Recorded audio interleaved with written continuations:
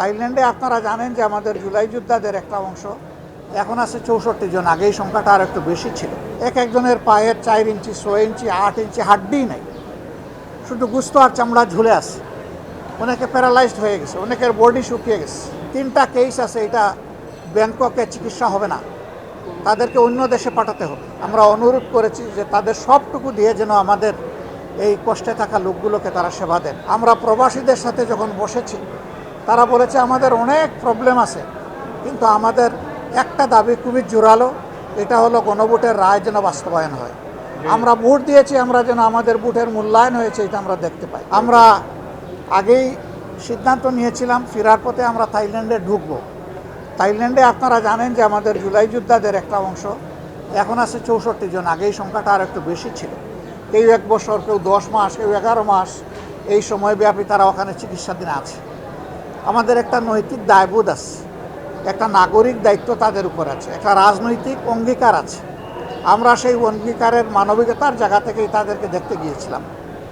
আসলে তাদেরকে এখনও দেখলে খুবই খারাপ লাগে। এক একজনের পায়ের 4 ইঞ্চি 6 ইঞ্চি 8 ইঞ্চি হাড্ডি নাই, শুধু গুস্ত আর চামড়া ঝুলে আছে। অনেকে প্যারালাইজড হয়ে গেছে, অনেকের বডি শুকিয়ে গেছে। একটা ছেলে, তার বাবা এসে বলল যে আমার একমাত্র ছেলে খুবই খারাপ অবস্থা, না দেখে যাবেন না।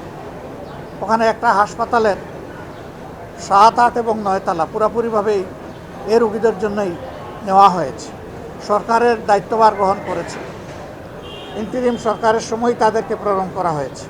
এমবিসি থেকে লোকও নিয়োগ আছে, কিন্তু এই লোকরা তো চাইলেও কিছু করতে পারবে না। এমন কিছু কেস আছে, এগুলার কোনো জবাব নাই। এমন কিছু ঘটনা আছে, এগুলার কোনো রিমিডি নাই। তারা কিন্তু এই অবস্থায় হয়তো দেশে ফিরবে।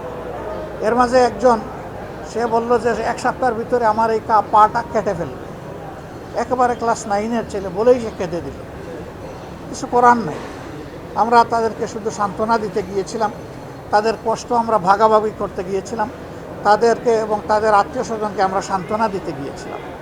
আমরা মনে করি রাষ্ট্রের অনেক দায় আছে, তাদের চিকিৎসা এবং পরবর্তী পর্যায়ে তাদের কাউন্সিলিংয়ের জন্য সরকারকে উদ্যোগ নিতে হবে, সাইকোথেরাপি দিতে হবে।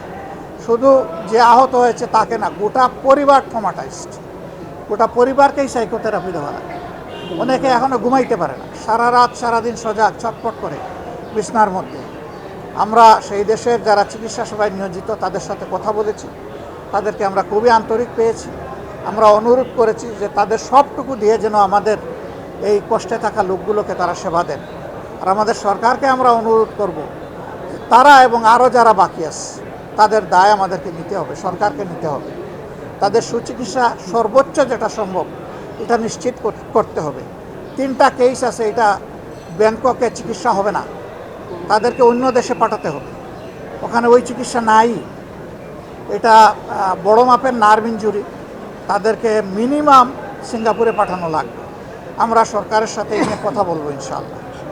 তো আপনারা দোয়া করবেন। আর আমরা যেখানে গিয়েছি 2টা আওয়াজ খুব মজবুত ছিল। আমরা প্রবাসীদের সাথে যখন বসেছি, তারা বলেছে আমাদের অনেক প্রবলেম আছে, কিন্তু আমাদের একটা দাবি খুবই জোরালো, এটা হলো গণভোটের রায় যেন বাস্তবায়ন হয়। আমরা ভোট দিয়েছি, আমরা যেন আমাদের ভোটের মূল্যায়ন হয়েছে এটা আমরা দেখতে পাই। আর এদেরকে যখন দেখতে গেলাম আজকে, আহতদেরকে, পঙ্গুদেরকে, এরা গলায় জড়াইয়ে ধরে বলল যদি সুস্থ হয়ে ফিরে যাই, জাতির জন্য প্রয়োজন বারবার লড়াই করব, কিন্তু আমাদের গণভোটের রায় আর জুলাই সনদ 2টা যেন অক্ষরে বাস্তবায়ন হয়। এখানে একটু শুভঙ্করের ফাঁকি আছে, আমরা কোনো ফাঁকি মানি না।